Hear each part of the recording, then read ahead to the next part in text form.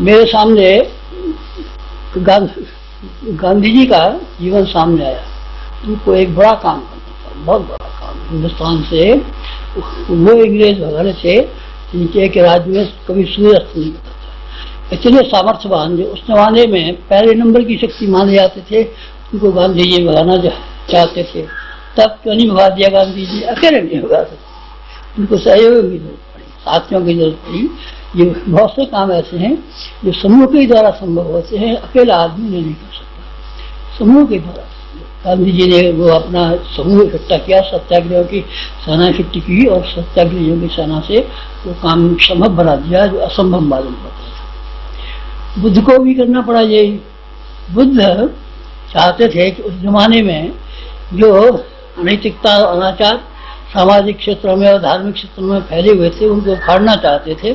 और न केवल उखाड़ना चाहते थे बल्कि एक बुद्धं शरणं गच्छामि बुद्धिवाद की नई लहर पैदा करना चाहते थे, न केवल हिंदुस्तान में बल्कि सारे एशिया बल्कि सारे विश्व में पैदा करना चाहते थे।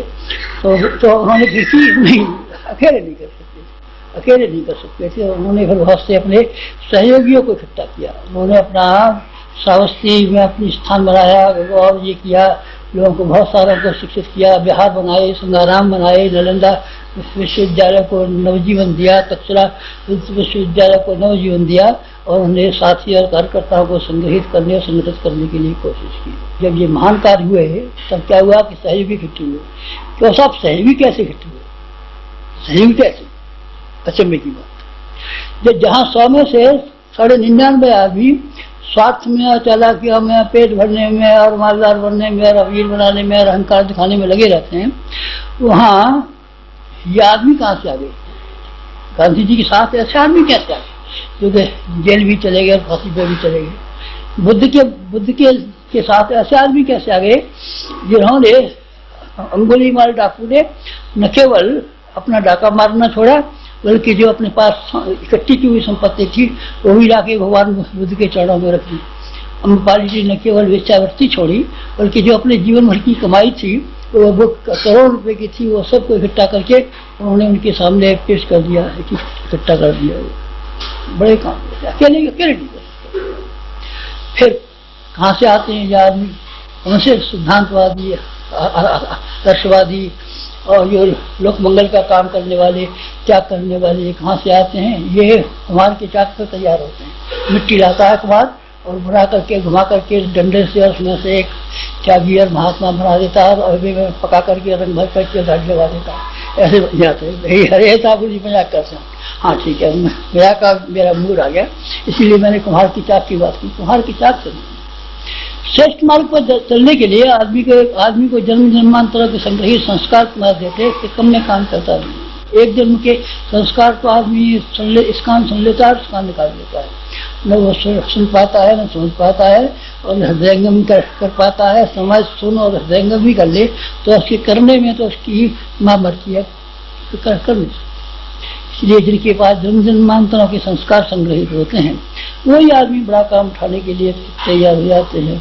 आपको बताया था ना कौन कौन थे पहले जन्म में, कौन थे। हमारे गुरु ने भी हमको 3 दिखाए थे कि तुम पहले ऐसे थे, ऐसे थे, ऐसे थे। संस्कार महावान होने के नाते हमारा स्वाभिमान जाग गया। शेर को जब पानी में अपनी छाया दिखाई पड़ी शेर के बच्चे को तो उसका स्वाभिमान जाग गया। अरे मैं असली तो ये हूँ।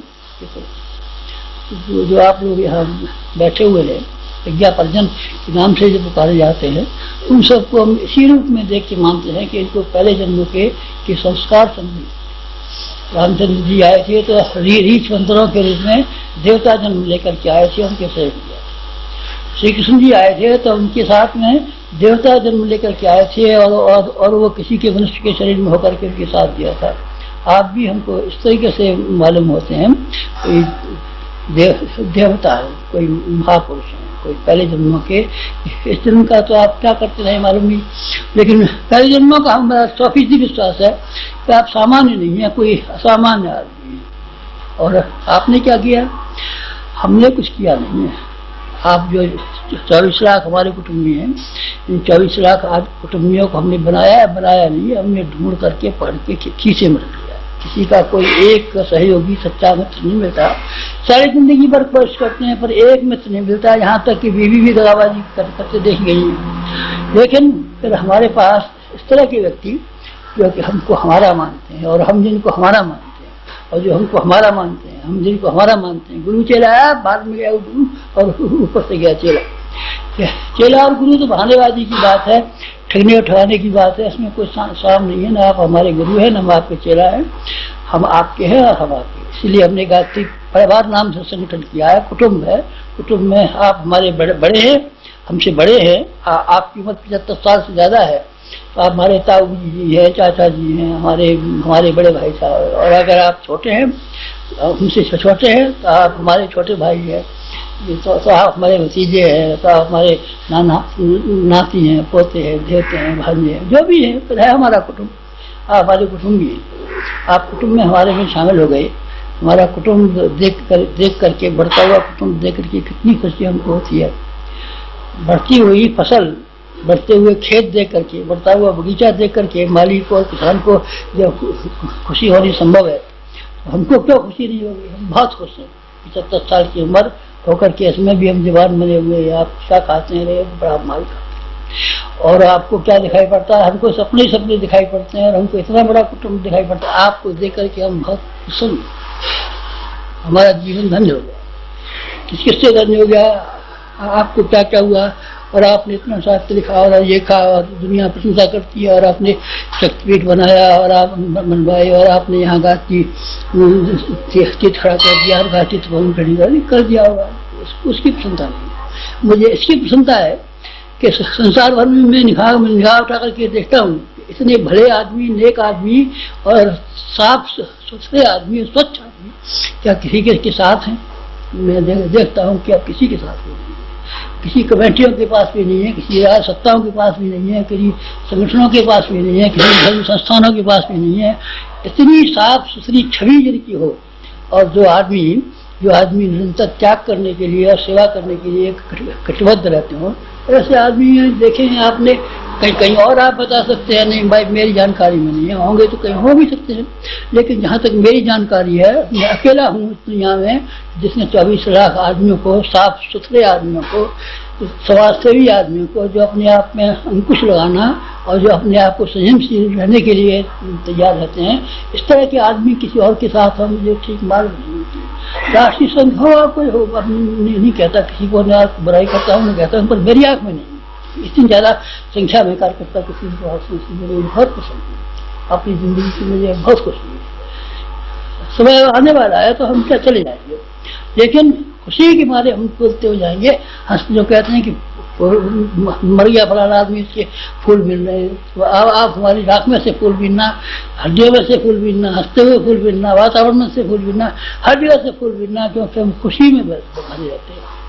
हमारी खुशी आप लोगों का सहयोग और आप लोगों का व्यक्तित्व, आप लोगों का व्यक्तित्व और आप लोगों का सहयोग, बस ये 50% बात पूरी हो गई। जरा सी और लगी है, बस जरा सी और लगी है। उससे आप मार दें, गाड़ी में धक्का मारने में जरा सी बात लगी, बस उसे और कर दें तो मजा आ जाए। क्या कर दें? आपके व्यक्तित्व की जितनी सराहना करूं उतनी कम, लेकिन क्रियाकलापों का जब समय आता है तब आपके ऊपर व्यस्तता इतनी छा जाती है कि आप समय नहीं निकाल पाते। समय निकालने में बड़ा मुश्किल मालूम पड़ता है। जो कहते हैं खेती का काम करना है, साहब हम बाल बच्चे वाले हैं, हम कोई गृहस्थ है, हम काम करने कितने पड़ते हैं, कितने लड़े झगड़े लगे हुए हैं, कितने मुकदमेबाजी करनी पड़ती है, कितनी लड़की का ब्याह करना। आपकी बात सही है, आपकी बात को मैं गलत कहता हूँ। मैं आपकी स्थिति में होता तो मैं भी ऐसे ही व्यस्त रहता, लेकिन मेरी अगर आप सलाह मानते हो और आप ये चाहते हो गुरु जी की तरफ ये भी मालूम कर लें कि आखिर इनकी इच्छा क्या है और ये हमसे क्या चाहते हैं, तो फिर मैं आपसे एक इच्छा व्यक्त करता हूँ। एक ही मेरी आपसे कामना है अब इकट्ठे करने के बाद में कि आप थोड़ा थोड़ा समय निकालना शुरू करें। समय आप नहीं निकालेंगे तो आप ख्वाब देखते रहेंगे, शेख चिल्ली बने रहेंगे, और आप दिमाग स्वप्न देखते रहेंगे, दिन भर सपने देखेंगे।